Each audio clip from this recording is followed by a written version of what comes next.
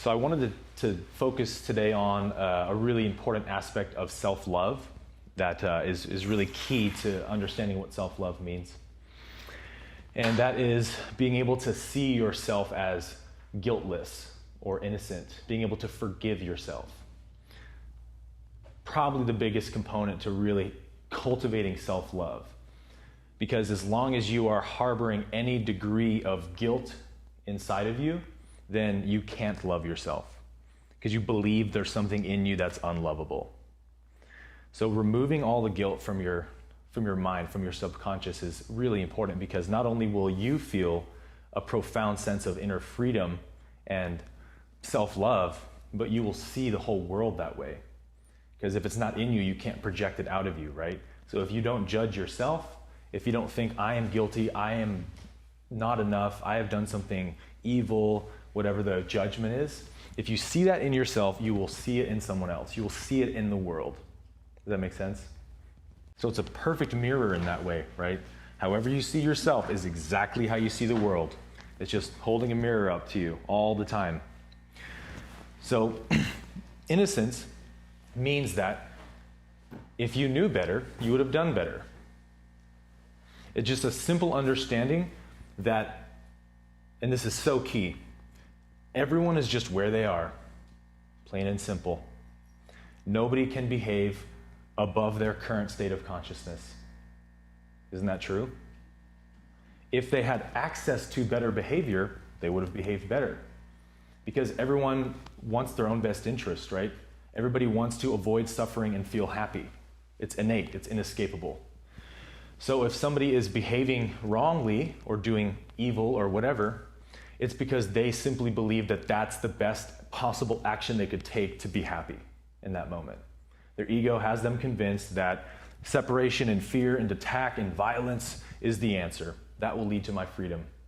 And so if you believed that, you'd behave the same way. If anyone believes that, they're going to behave that way, because you always want what makes you happy. So to see innocence is to see that. This person believes a lie. So how can I expect them to behave any other way? So there really is no such thing as evil. There's only ignorance. Evil is the result of being ignorant of what is true.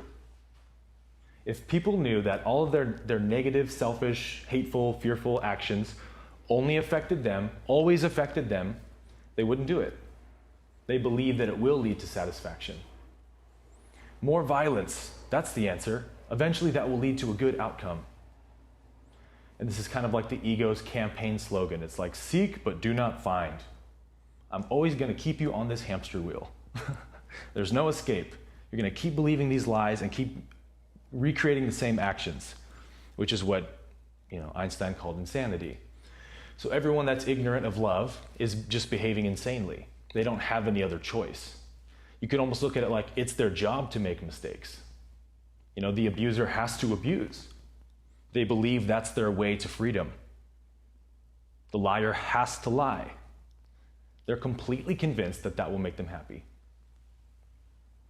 So the question I have for you all today, and maybe we'll close our eyes for this part, is where have you made yourself guilty? And it could be anything, big or small. Whatever comes up first is probably what's most important to you right now.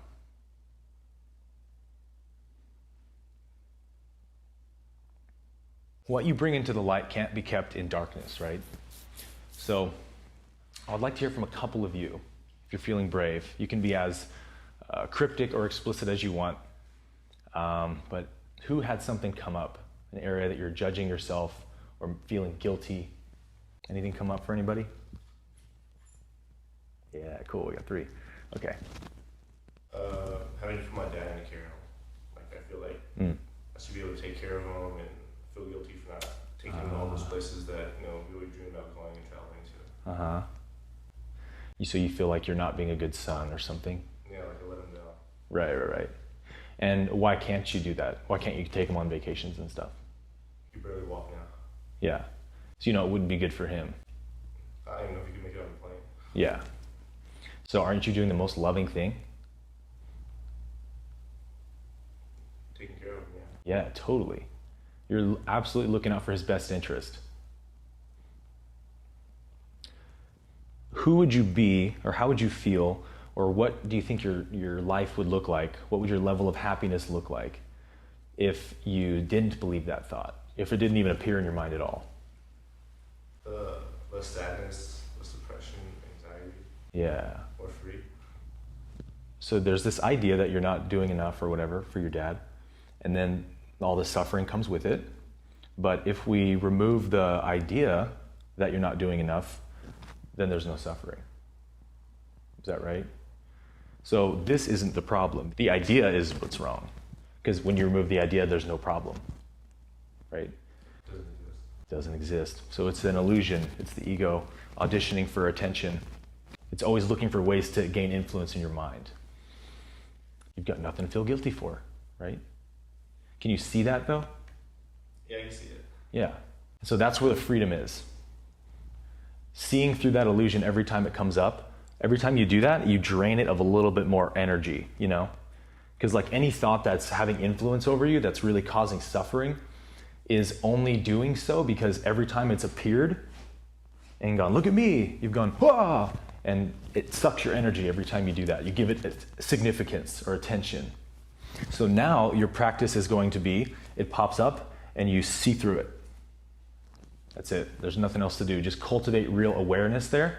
And then the next time it pops up a little bit slower with a little less force, and it keeps diminishing because you've basically stopped throwing wood on the fire, so that fire is just going to burn out. It only has whatever energy you've given it, Simple as that. And then you'll find that there is no judgment any longer because there was nothing to forgive in the first place. You didn't actually do anything wrong, so you can't actually forgive yourself. Does that help?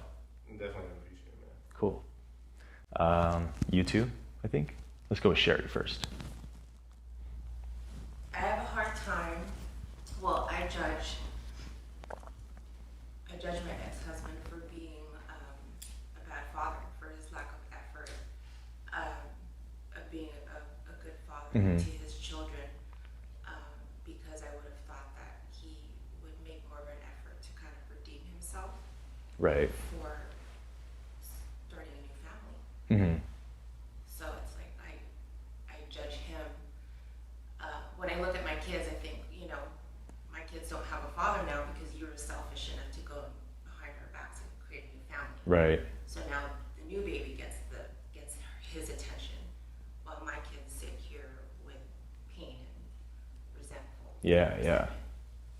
Yeah, so look at that. The mind has given you so much evidence already. It's like it does everything it can to get you to buy into the lie that you were actually betrayed or harmed by somebody. It has to make it real because it isn't real. So it has to convince you of it. Because what you really are is completely beyond harm. But if you believe you're a body with the personality and all that stuff, then you believe this can be attacked. So this makes you vulnerable. But just knowing what you really are, you'll know what everyone else is too. So if someone's behaving in a destructive manner, it's because they're crazy. They're ignorant of truth. They don't know what's true. So I would behave that way too. So forgiveness is really not for the other person, it's for you. It's releasing yourself from the painful illusion that you had actually been harmed, which is impossible unless you believe it. So all of your mistakes, all of their mistakes mean nothing to God, because to God, you're just like a child exploring your world, learning and growing through, trial and error and stuff. You were never expected to get it all right. That's part of what evolution is. And God only sees what you really are, which is himself. He only sees the purity in you, which if that was completely free of all the bondage it's under, all the illusions it's suffering, then it would be perfect. It'd be incapable of error, because it would see that all error is self-harm, right? When you really know that everything evil and wrong affects you and hurts you, then you don't want to do anything wrong. So, to release somebody else, to set somebody else free in your heart, is just setting yourself free. You're really not setting them free because they're still in bondage, but in your mind, you're releasing them from the condemnation you had been placing on them, the anger, the violence, the attack you had placed on them. And as soon as you release it from them, you release it from yourself. Because the subconscious mind doesn't know self and other. You know, it's just one system. It's a storage system. So if you file a judgment away about somebody, the mind only knows it's a self-judgment. I will judge myself this way, you know. Jesus talked about this in Matthew. There's a verse where he's like, don't judge or else you're going to be judged, because the same exact measure of judgment that you measure out will be measured back to you. And people think he was talking about like an angry God will judge you for the bad stuff you do. And he's saying, no, your mind will judge you according to the exact same standards that you place on others. You know what I mean? So if you do not think that somebody is evil or not good enough, it's impossible to think it about yourself. It doesn't exist. By offering freedom, you will be free. You're giving it to yourself. Does that resonate?